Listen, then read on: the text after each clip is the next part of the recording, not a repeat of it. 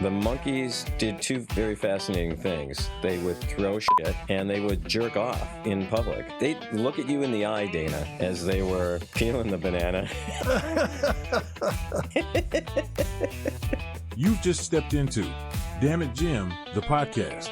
And now, from the broadcast studios high atop Damn It Jim, the university, here are your hosts Dana Smith and Dan Kelzaretta. Thanks, Eddie, for that great introduction. We always appreciate your work. Someday we'll actually pay you for what you're doing for us. Yeah, we should interview Eddie one of these days, too. He's got an interesting backstory, Dana. So how you doing, Dan? Yeah, doing well. I am leaving on Sunday, Dana. I don't know if I told you about this vacation that I'm going to take, but it's 3 weeks. Wait a minute, a vacation? I know. And it's going to be 3 weeks long, Dana. Sorry about that. Wow. We do have a house sitter, though. So if anyone's planning on breaking into my house, there's someone who lives here, and he's a gun nut. So don't even think about it. Yeah, but 3 weeks. We're going to be gone for 3 weeks. And you're going to like Darwin World, right? Galapagos Island? You know how they've got Disneyland, Disney World, and those kinds of things? And you know the Bible World that's in like Tennessee or something like that? I thought Darwin World would be hell to them. I think it would just be hell. Yeah, so we're going to go to Ecuador and then to the Galapagos and then to Peru. Do you get to like ride sea turtles and stuff when you're at the Galapagos? Galloping ghost? My guess is that's probably illegal, Dana. I'm guessing they don't, and they're not turtles, they're tortoises. So I'm guessing they don't want you to touch the tortai. Is that what it would be, tortai? I don't know. Wouldn't it be tortoise? It wouldn't be tortoises? Or is it like fish? You know, fish is also plural. Although fishes is also okay.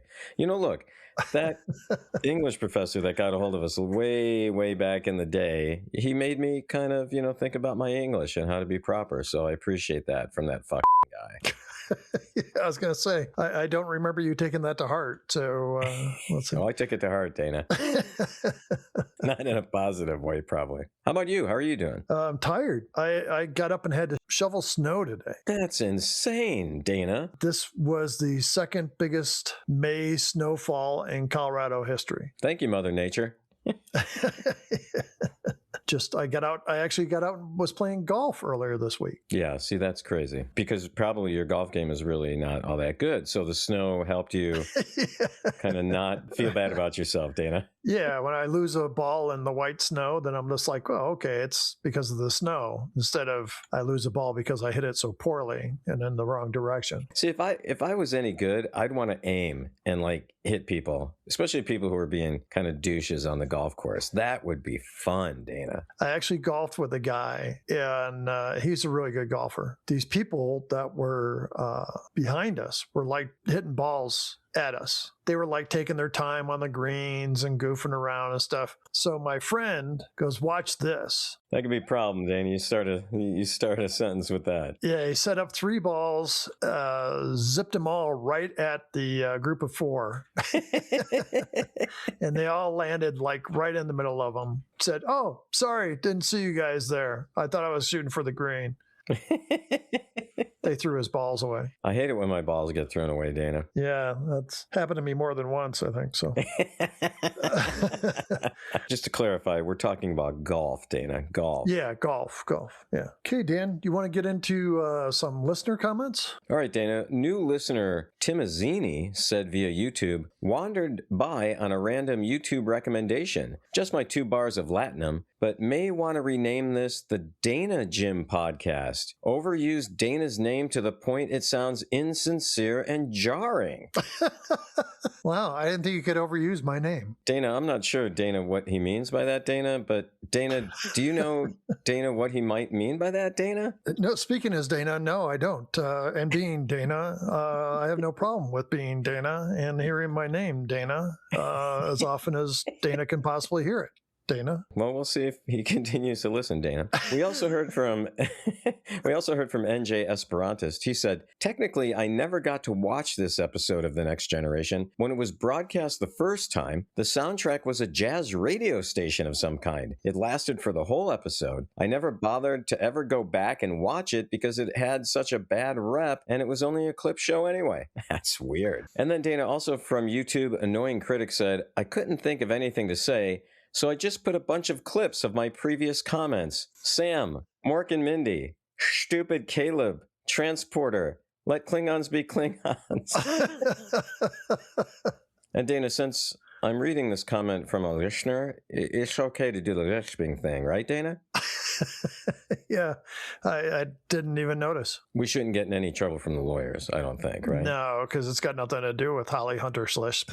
Uh-oh. Okay. Here's the funny thing, though. We responded, we had our lawyers. Well, we had the Damn It Jim, the university lawyers, because we're all tied in under the same LLC. We had them respond to Holly Hunter's lawyers, and we haven't heard anything yet. I think they're getting your jail cell ready, though. That's my understanding. Well, being that it was our lawyers from the Damn It Jim University, the lawyers on the other side are still trying to decipher what the hell the message meant. Either this is the most complex, interesting, and fascinating legal argument I've ever read, or it was written by a 3-year-old. I think that's what they're probably wondering at this point. And they're probably going with the 3-year-old. Well, hopefully they'll get back to you soon on that because you're the boss of the LLC. All right, Dana, that's all I have for this week. How about for you? Okay, Dan, got a couple comments here. One was from Scott Sutherland on Facebook, and he said, "Why is it so hard to do the Irish accent? I've been told it sounds more like an Australian. Also, Lucky Charms are horrid. Cheers." So, I don't know what he means, Dana. I love me Lucky Charms. Me Lucky Charms and a bottle of Irish whiskey in the morning. That was pretty good, don't you think? yeah, that was probably the best Irish Lucky Charms accent you've ever done. What was that guy's name again? Scott? Yeah, that was Scott Sutherland. Hi, Scott. You can go be f***ing yourself now. Me little lad. Wow, that's way to grow the audience, yeah. I mean it in the most sincere and happy way, because we're happy people. And speaking of the Irish, we also got a message from C. Slimbarsky. That's Irish, isn't it? I'm pretty sure it's Irish, yeah. He said, "Did you notice that TNG Season 2 only had 22 episodes instead of the usual 24? Hollywood was going through a writer's strike and they just ran out of scripts. So I tend to forgive them for this one." That's a lot to forgive. It's a lot. He adds, Roddenberry really did intend for Riker to be the Kirk Galactic Lothario in TNG. And he said Roddenberry's influence fades during Season 3 and the characters begin to get much better story arcs. When did Roddenberry die? Like, how far into The Next Generation? I think it was Season 4. Maybe that's why the stories got better, because he died and he stopped bugging people with stupid ideas. I say that with all reverence to Gene Roddenberry. Yeah. We also got a message of support from our good friend Roxy. Oh, good. She just said that she was happy for us to be continuing on, and she really loved our episodes. And she was telling a fellow parishioner about our show and thinks that they will tune in. Oh, boy. Roxy, you might need to find another church. Dan, that's all I've got. Thanks to everybody that wrote in and or called. Sorry we didn't get to all the messages this week, but we want to keep things moving. So Dan can get packed so he can go ride sea tortoises in the Galapagos.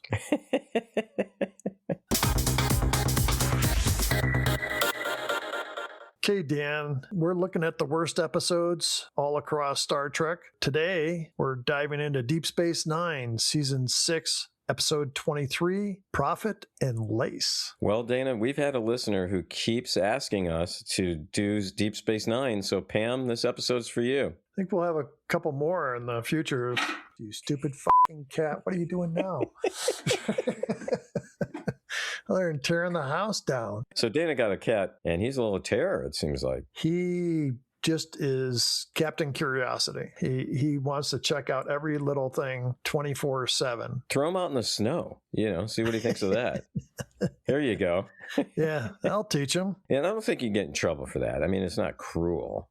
Cats live in the snow all the time. Big cats like, snow leopards and stuff. I mean, they love it in the snow. They're all related. And I think he wants to tear my face off just like a snow leopard would. So, who were those two guys? They were lion tamers or tigers? Siegfried and Roy? Yeah, didn't one of them get eaten by a cat? Got attacked, yeah. His face was eaten, I think. Wasn't that the deal? He just got mauled pretty bad, I guess. Did he survive? Yeah, he did. How many years? They did, decades of these shows. Right. And, you're cracking a whip and holding up a chair and stuff. At some point, one of the tigers, whatever's just going to go, I am done with this crap. And I'm coming after you.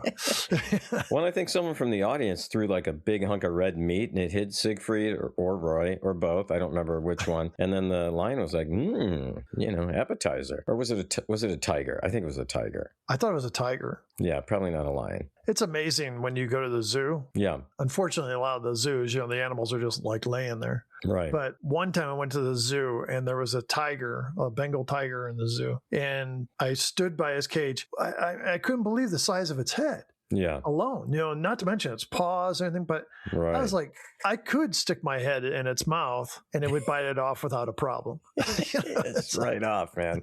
Well, you know this. I used to work in a zoo. Used to work at Brookfield Zoo outside of Chicago when it was my break. And my favorite thing was to go to Monkey Island. The monkeys did two very fascinating things. They would throw shit at each other and they would jerk off in public.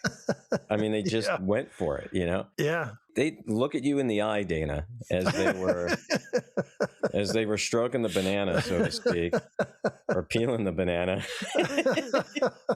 One time there was a mom and the little kid standing next to her, and the kid says, "Mom, what's that monkey doing? Let's go, Tommy. Not time to leave."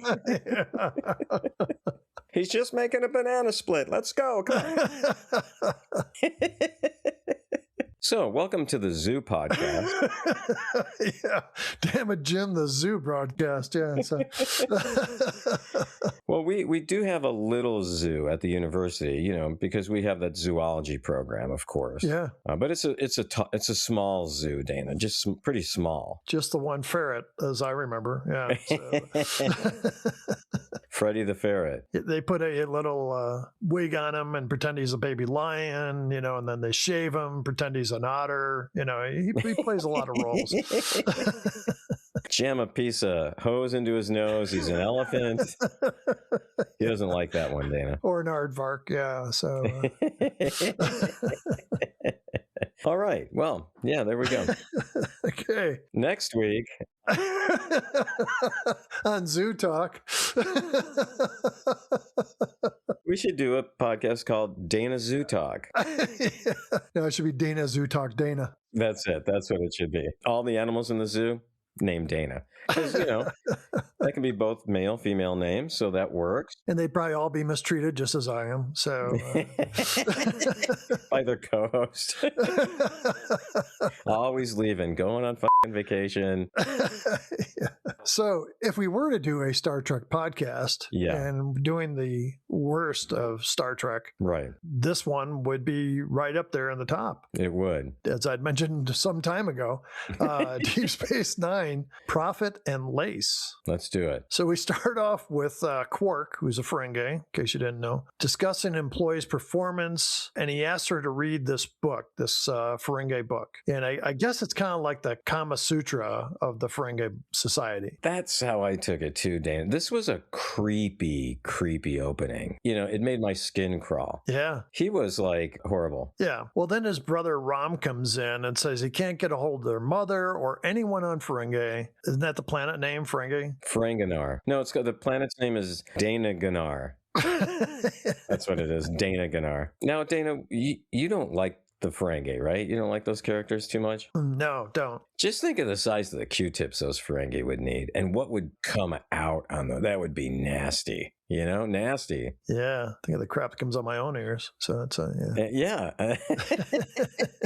So then the Grand Negus comes aboard Deep Space Nine, right, with Quark and Rom's mother. Now, the Grand Negus is like the leader, right, of all Ferengi. We learned that the Grand Negus has been deposed. They explained that he had to flee Ferenginar because Zek, as his real name is, was deposed by the FCA Commission for Granting Females the Right to Wear Clothes. Dana, it's ridiculous, right? The show takes a nosedive right at the beginning. But did you know also that Negus also stands for the National Guard Association of the United States? I did not know that, Tim. It's also some kind of investment consulting firm. Do you think they got that from this show? That's a good question. I mean, I would think so, right? Yeah, because Ferengi are all about money and investments. But actually, the most appropriate kind of meaning is it's actually the title of a ruler or king in Ethiopia or Abyssinia. Yeah, I think that's probably where Star Trek got the name. Yeah, and one other thing, Dana, there's a 17th century hot drink made of wine, hot water, sugar, and lemon named after Colonel Francis Negus. Wow. I know. There's just so many things. You would think, oh, it's just a stupid name that they made up. But no, there's some real stuff going on in there. Yeah, I think they based it off the wine drink because I think the writers must have been drinking a lot during when they wrote this episode. They had to, yeah.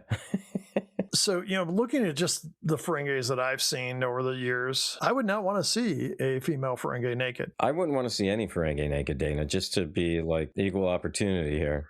I mean, if their teeth look that bad, Yeah. Just to give some people background here. Women, the reason they're not allowed to wear clothes is because they can never go outside because they're not allowed to be part of like Ferengi society in any way. They can't work. They can't be part of the government. Obviously, as you're stating, they have a very male-dominated, narcissistic society, Dan. So this episode already is supposed to be a message episode. But it's delivered in such a farcical way that it's hard to accept any of it. So Quark and his cohorts try to contact the Grand Commissioners at the request from Zek. 1 out of 400 and some responds. Because they want the commissioners to put the other guy back in as the Grand Poobah. Yeah. So Quark attempts to throw the new Grand Nagus out of his bar. The Grand Nagus leaves, but he threatens Quark. All the people that are, associated with Quark there are very proud of him, but he's worried that he's basically just altered his life, maybe even ruined it. So Quark has a deep discussion with his mother later in his room. Her talk about equality has changed everything, he tells her. Quark says she's the worst thing that ever happened to the entire Ferengi alliance. They continue to argue. It is very silly and way over the top. But then his mom passes out. So later, Dr. Bashir says Quark's mom will be okay. She needed a new heart, and apparently Bashir had one laying around. Oh, yeah. Ferengi hearts are a dime a dozen, Dana. Everyone knows that. Hey, where are we now with the pig heart in humans? Yeah, it started off with pig valves, and then they've tried a pig heart in a couple of people. I don't think they've lived very long. No, but they had an intense aversion to bacon. They just did not want to eat bacon, Dana. I'm pretty sure that was a side effect. That would suck. I'd rather have a really bad heart that was not pig so I could eat bacon. You know what I'm saying? Yeah. That's probably how I got the bad heart, because I ate too much bacon. Yeah, and sausage. A good pork sausage. I had a sausage patty this morning. I'm drooling thinking about it. So this guy, Nova, whatever his name is. Nirvana. I think they named the band after him. He smells like Teen Spirit. He's coming to DS9 and he wants to meet with Quark's mother, but she's in bed rest. Right, because she just had her freaking heart replaced. Zek suggests that Quark impersonate his mother to help out with the struggle coming up. Oh, God, Dana. Once this became apparent that this is what was going on, maybe I saw this episode originally. I don't remember it, but I was just thinking, no, they are not going there. But yes, they did. No, they did. Yeah, the next thing we see, that Quark is now a woman, and they comment that Dr. Bashir did a great job of changing him into a woman. It's not even funny, and it's offensive on quite a few levels. It's like they're trying to play it serious, but they're playing for a joke. And the joke doesn't come off. It's like a mixed message, and none of it's good. Yeah, and I think their message is that women are not treated equally, but let's give every really bad stereotype about women to this character who has now been changed into a woman. And right away, Quark is concerned about how he looks. And he keeps looking down, and the woman in the room says, "Quit looking at your breasts." He goes, "I'm not. I'm looking at my hips." See, again, this kind of trope that women are only concerned about their looks. And if the episode was trying to disabuse the audience of these stereotypes, they're like reinforcing these stereotypes. Exactly. Yeah. So then Nova arrives, and he's the chairman that they wanted to meet. And he's also the owner of Sluggo Cola. What the hell? And then he learns there's another female advisor. Instead of Quark's mom, it's Lumba. Quark is now Lumba. Right. In Nova's quarters, Nova's all handsy. He's very aggressive with Lumba and literally chases her around the room. I mean, he's trying to sexually assault Lumba. And as we know, this is like a real thing. And we have to go back to the original Star Trek. We've talked about this. Right. So to put this in there just seemed bad. Right, exactly. So then the scene is played for laughs, but it's all uncomfortable, Dan. I cringed a lot. I didn't laugh. Yeah. So then Brunt comes in and says, that's not a woman, that's a man. And to prove he is a woman, Lumba/Quark kisses Nova. Then she opens her top and shows her breasts. Now, we don't see them. I couldn't believe it when that happened. Like, did they really write that into the episode? Like, my God, what are they thinking? I mean, who said here's how we're going to convince everybody this is going to be great? Then Nova promises to help Zek stay in as Grand Nagus. So later, Quark is back to